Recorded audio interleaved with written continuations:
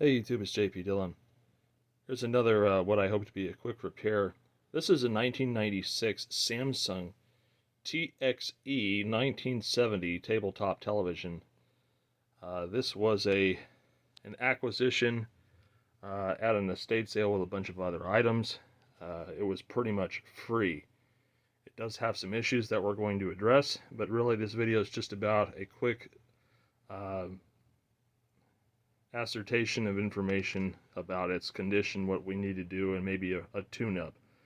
And I think this is post digital service menu controls, so there may or may not be neckboard controls and stuff to do the setup adjustments. We're going to turn it on briefly here and I'll show you what it's doing, and the camera may or may not show it. It even came with its remote, which I thought was kind of cool because most everybody ends up losing them and you get a crappy universal, so that if you do need to get into the service menu that requires the factory remote, you can do it with this. Alright. It helps to actually plug it in. Hold on a second here. We got our little standby light now.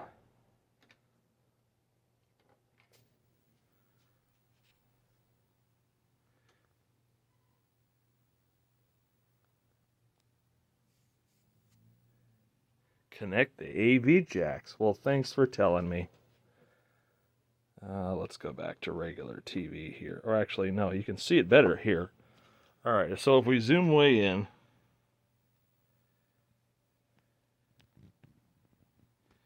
come on, camera. There we go. The white balance keeps trying to correct, but anyways, the issue at hand is there's a slight tint, a purplish tint to the picture, indicating that the green gun's a little bit tired. But there's more to it than that. So let's go back to regular TV here. Ooh, HRC. Remember the different types of cable systems? STD, IRC, and HRC. Apparently this one was on HRC. And of course, let's see, let's turn that down so we don't get blasted with that. My generator's on channel 4.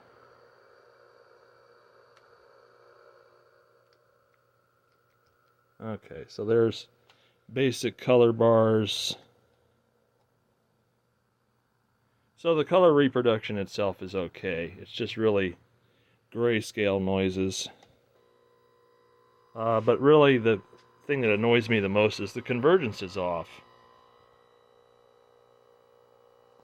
There's, you can't really see it on camera, but the vertical red here is above the white line, so we need to tweak that a little bit too, and it's worse as you get down to the bottom. Not sure why it doesn't show that. There we go. Yeah, you zoom in and you can see it, but my eyes, it's like really bad from my vantage. Well, that's interesting. As it's warming up, it's actually getting more greenish. Black and white's getting more green, so definitely some service adjustments needed here. But let's also crack it open to make sure that we don't have issues with bad solder joints or crappy capacitors. So let's take the back off. Now on these 90s Samsungs, you have to be really careful when you take them apart because there's actually locks for the cabinet. And they want you to take it off. The bottom kind of folds up. And so you have these tabs here. You see how it says open? You have to unlock them. Otherwise, you'll take all the screws out and be struggling to get the back off, and you'll be like, why is it doing this to me? Or you'll get impatient, pry, and break all the little clips, and then it won't go back together right. So here it is with the back off. And immediately the first thing I notice are these bait connections on the neck board here. And if we zoom in, we can see the crappy, maybe we can't see it. Come on. There we go. Crappy solder joints there on the neck board. The discoloration here and the ring around the leads. That all needs attention there. So we need to resolder that. And again, this is post controls, so everything here is just done digitally, and you got to pull up the service manual and to be able to deal with it. It's a very simple set. You got this tiny board that pretty much has everything on it. It's a switch mode power supply. We got to check all these capacitors in here. This slides out super easy for work. And it's basically got two large processors, one for the brain and one for the rest of the set. Not much to these. They were a really inexpensive set in the 90s, like maybe, you know, your $175 set. This one's nice enough to have audio video on it. So let me push the set towards the back of the bench here. Hold on a moment. So we got enough room. And then you undo the little wire keepers here. Pull up on this stuff.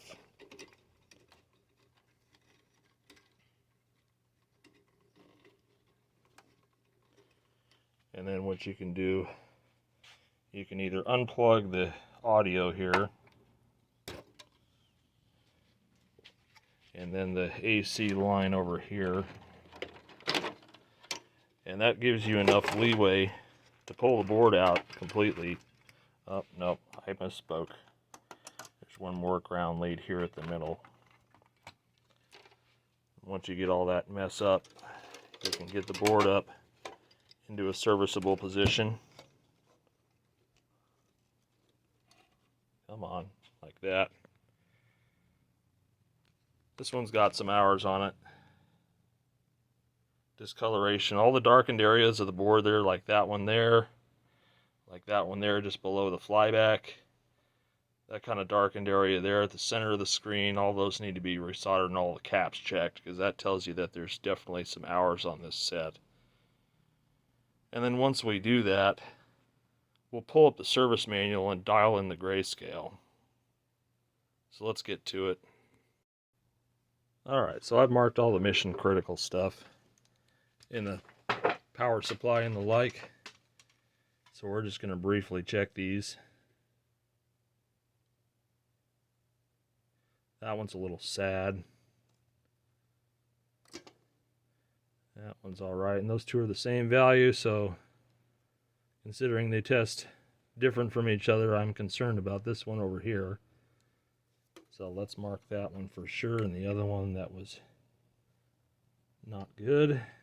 And I can't judge the meter until I see the value, so we don't know for certain it's bad. It's just one to look at. Like that one's okay, that one's okay. That one we need to look at. Goal here is to make it reliable. That one's alright. That one still had a bit of a charge on it. But I have the discharge kit that you can get from them to protect it. That's a whole nother thing. Alright, so that one was cool. We checked those already.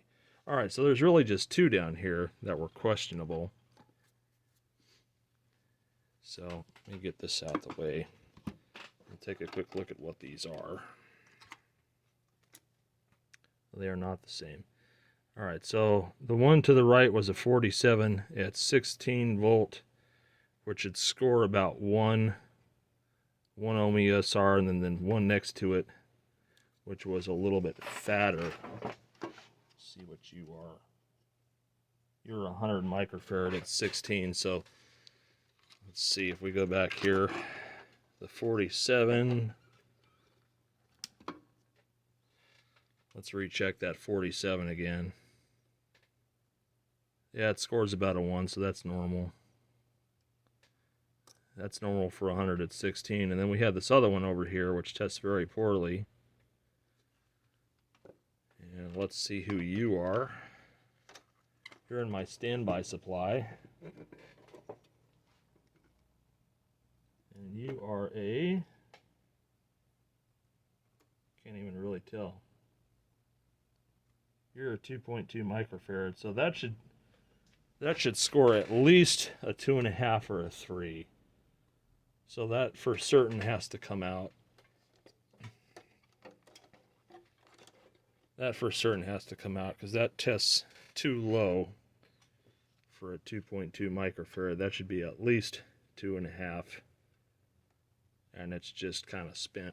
So when eventually that fails, I'm sure the standby will get dirty, and then you won't be able to turn it on or anything like that, and it'll behave strangely. So let's get that guy out of there.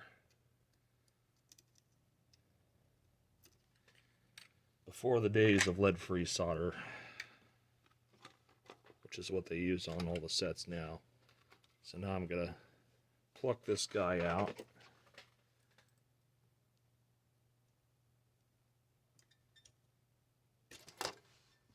All right, and we're just gonna validate what he is.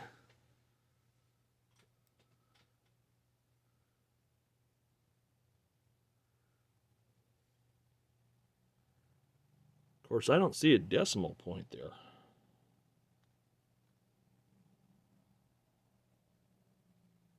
I don't see a decimal point. So it's hard to tell if it's a 2.2 or a 22. Well, the ESR is crummy, but let's see what the capacitance meter says. I do have a capacitor function on my fluke here. So let's see what it currently reads.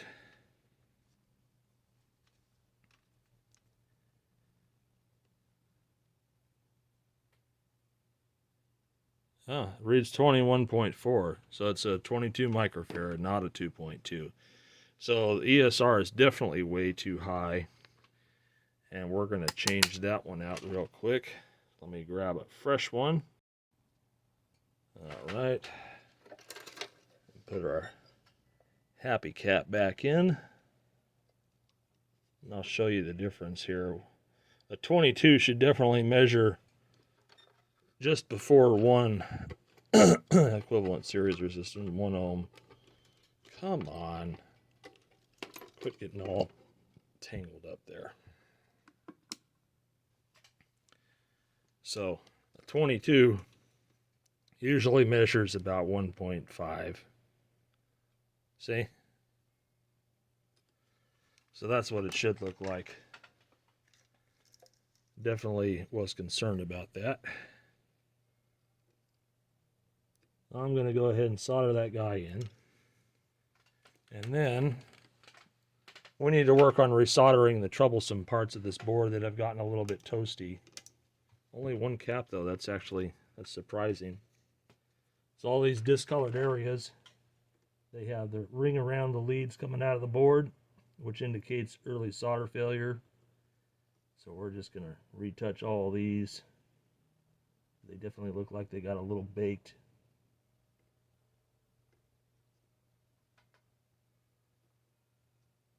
Yep, 9 a.m. with them church bells going off. Let's definitely do the horizontal driver transformer. Always make sure there's good connections here, otherwise you'll definitely have sweep troubles.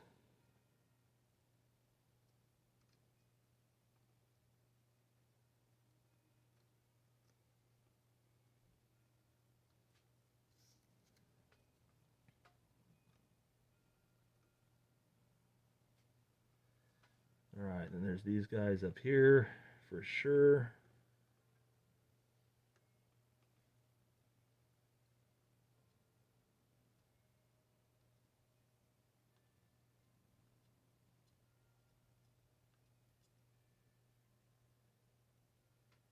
Just look around for anything questionable.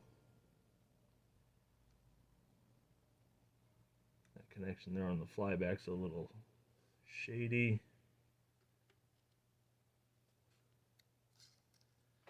Then we come up here. These definitely need it.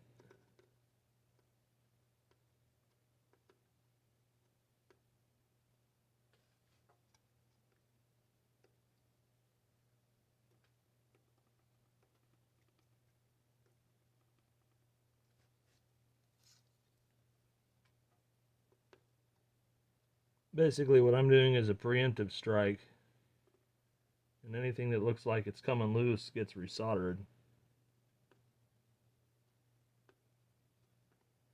And that eliminates the probability that a solder joint that's failing will cause a problem.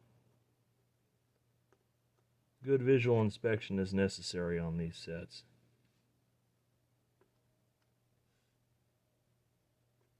Anything that looks questionable, you just redo it.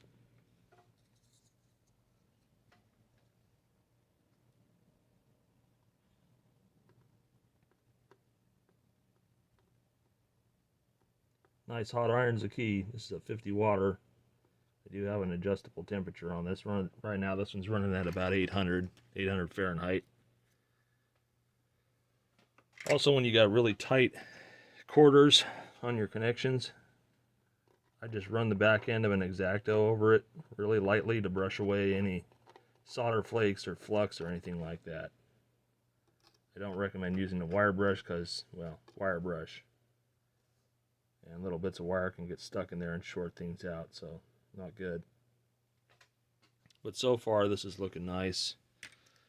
Let's do our neck board, and it's easier to do that with it on the neck of the CRT. We'll reorient my camera. Yeah, this whole area up here runs hot because of the little dropping resistors. And who knows, that may actually take care of our grayscale issues. You just don't know until you try it. But all these silly little connections here are about ready to die. So we're just going to go ahead and redo them.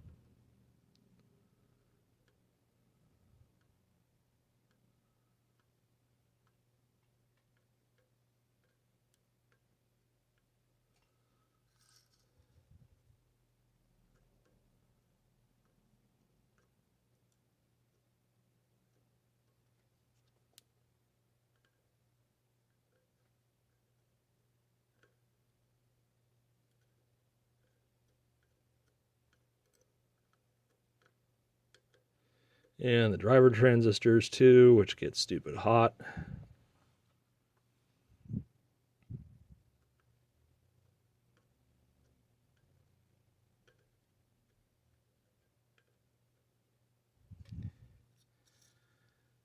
This one here is looking a little sad. Do that one too.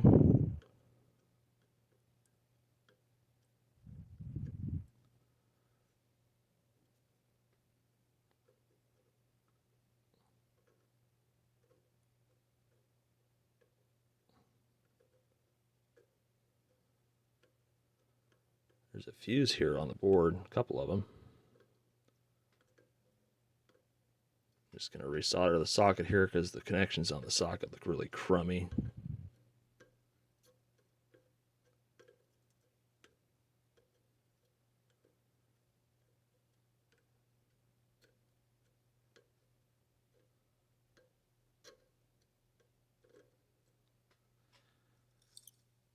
Okay, this one's up here I missed. All right, so that neck board's resoldered. Again, I'm just going to run the back end of an X-Acto gently between the spaces.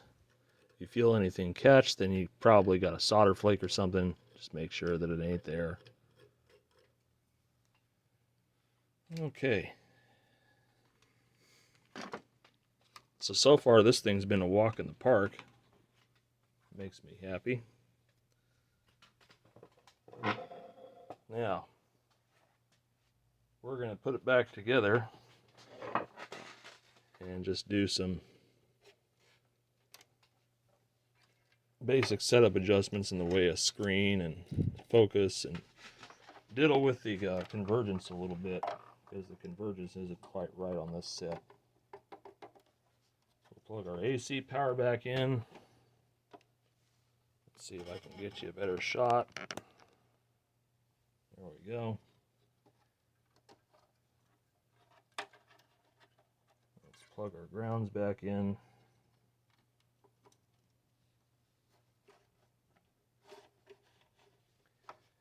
And then our sound over here.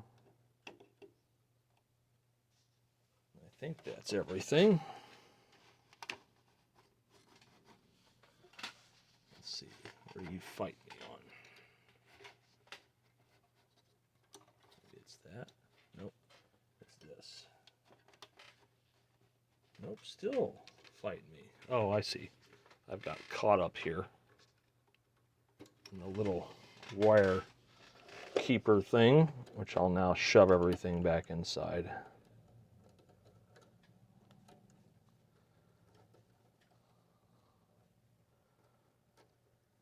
And then we can turn it on.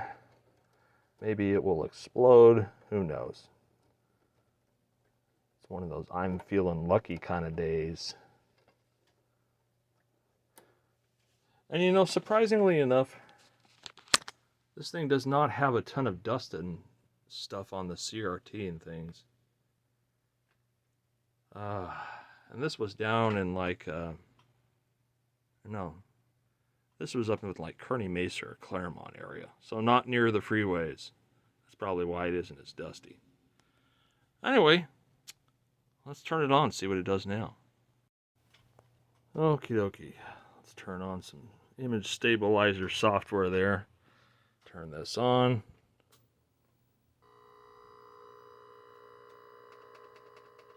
I'll listen to the whine of my generator.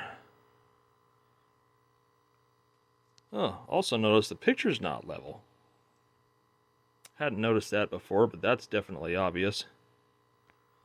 Let's see here. Video settings. Let's turn the contrast down since that's like maxed out. Brightness.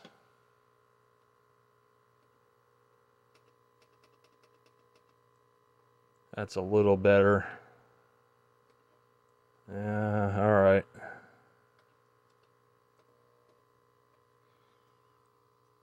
Okay, so we got a crooked picture.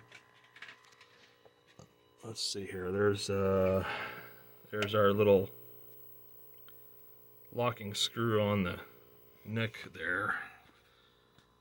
So let me grab a screwdriver. We're going to loosen this guy. And we'll rotate the yoke. Assuming it's not glued to the damn neck. Yeah, it might be. That's annoying. Come on, get loose. Ooh, tingly, tingly. Come on. Alright, I'm going to need two hands. Because I can kind of sort of move it. You can see there how it moves. And I can correct the raster. But I need to break it loose here, so bear with me a moment. Alright, well now she's busted loose. Now you can see that I can rotate this fairly significantly. So it's actually, it's close. We do have some yoke distortion there, but it's close. Let me rotate this just a pinch.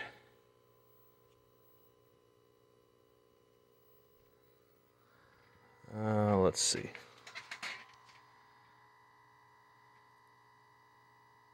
A little bit of error up top, but I think that's an error of the yoke itself. Alright, so I'm going to reach behind here, and let's see, it's on the other side on this set. There's our flyback and our focus one. Focus controls on top, screens on the bottom. Don't need to adjust the screens. I am going to tweak the focus a bit.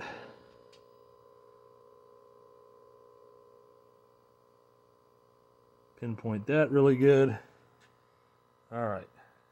Now again, it's hard to see the convergence error on camera, but the red is definitely pushing upward a lot. So I'm going to go back here to the convergence rings. And I don't know if you'll be able to see this on camera. I really don't. Let me park the camera in front of the screen and then we'll tweak. So that's a little better. You can kind of see where it looks crappy. So I'm going to come over and adjust our convergence magnets, which have all been glued, of course. Let me tighten down the yoke first so that I don't end up moving that. That would be great.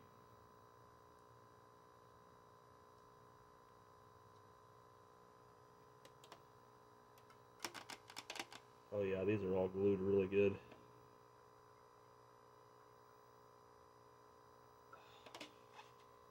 That made it worse. Let's go back a little bit. Rotate.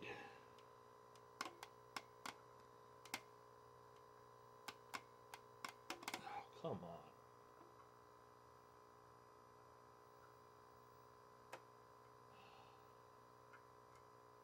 This is frustrating to say the least. Alright, let's reset back to our old position.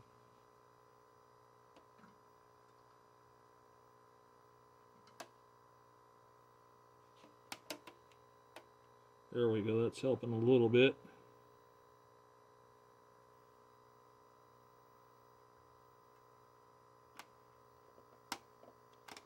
It is so hard to adjust these things, they're just really stiff. I feel like I'm going to neck the damn tube.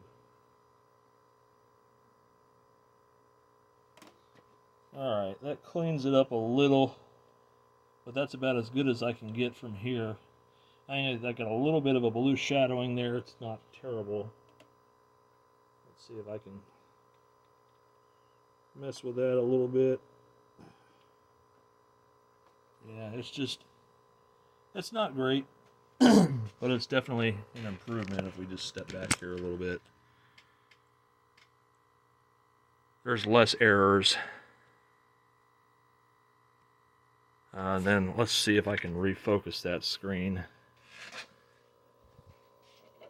Again, folks, this is not a perfect thing. This is an inexpensive CRT, so don't expect perfection. You're not going to get it. One thing I will tell you, though, is that since resoldering that neck board, that grayscale is just about perfect, so thankfully I don't have to go into the service manual and tweak stuff.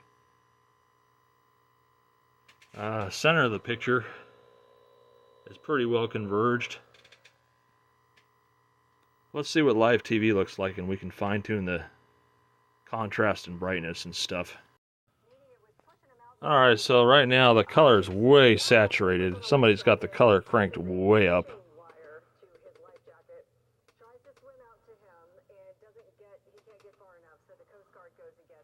I kept looking at all these saturated color lines. The video response could be a little better. Of course, you can't really see because it keeps blanking on me. It's got some hours on it, but the CRT is still bright, which is good.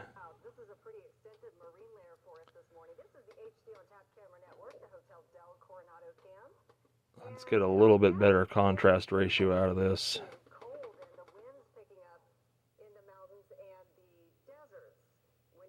Okay.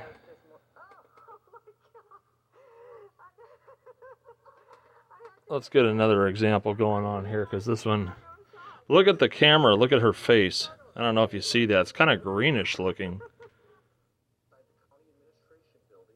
That looks better. Come on. Yeah, that looks better. She at least looks semi-normal.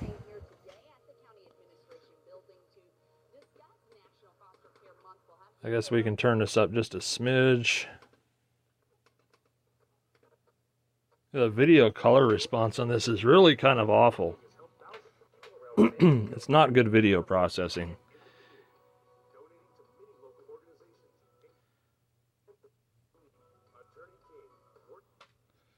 Yeah, this, I might have a, see, that looks normal. I think I have some purity to take care of. Yeah, definitely on the left there. Oh boy. Julia Child. Alright, let's set our black level on a blank station here.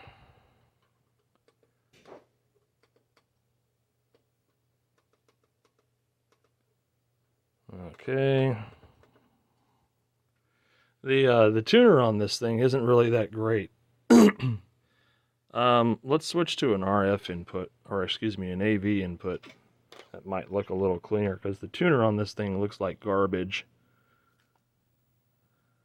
Okay. Connect the AV jacks. Let's do that. Yeah, definitely the AV is a cleaner input. Let's go back to TV again.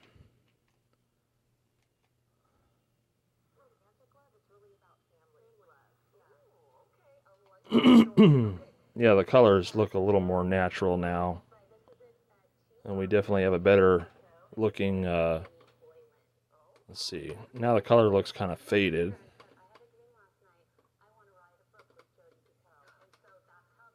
That's better.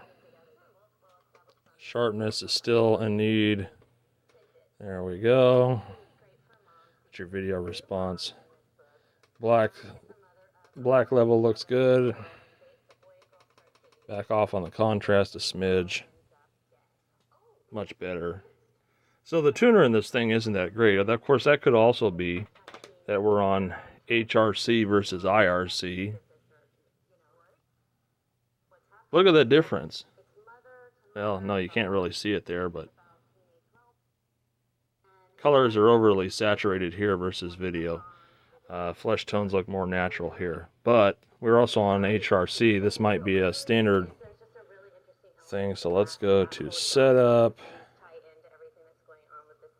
No. Oh, we got a fine-tune option? Really? Fancy. Alright.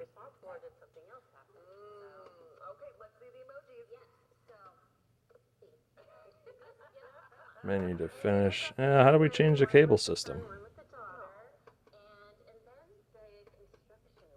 Yeah, maybe it is just is what it is. Well, it looks better after the fine-tune adjustment, but the video input always looks better than the RF. The details better, so any gamer person would like that. I need to degauss the screen because she looks green to me just in that patchy corner there. Alright, we're getting there. Let's get the degausser out. Here's my degaussing coil. One of about probably 5 that I have kicking around. Okay, let me grab the camera with my other hand. Let's turn it on. And you can watch it in action.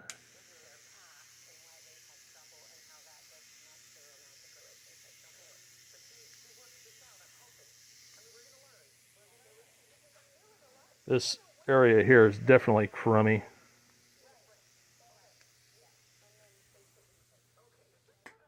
Alright, that's looking better.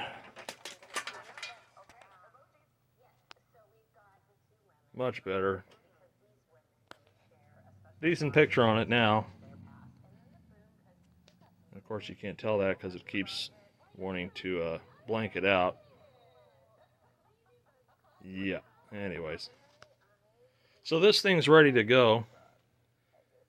I'll probably end this selling this to one of those vintage gamer people.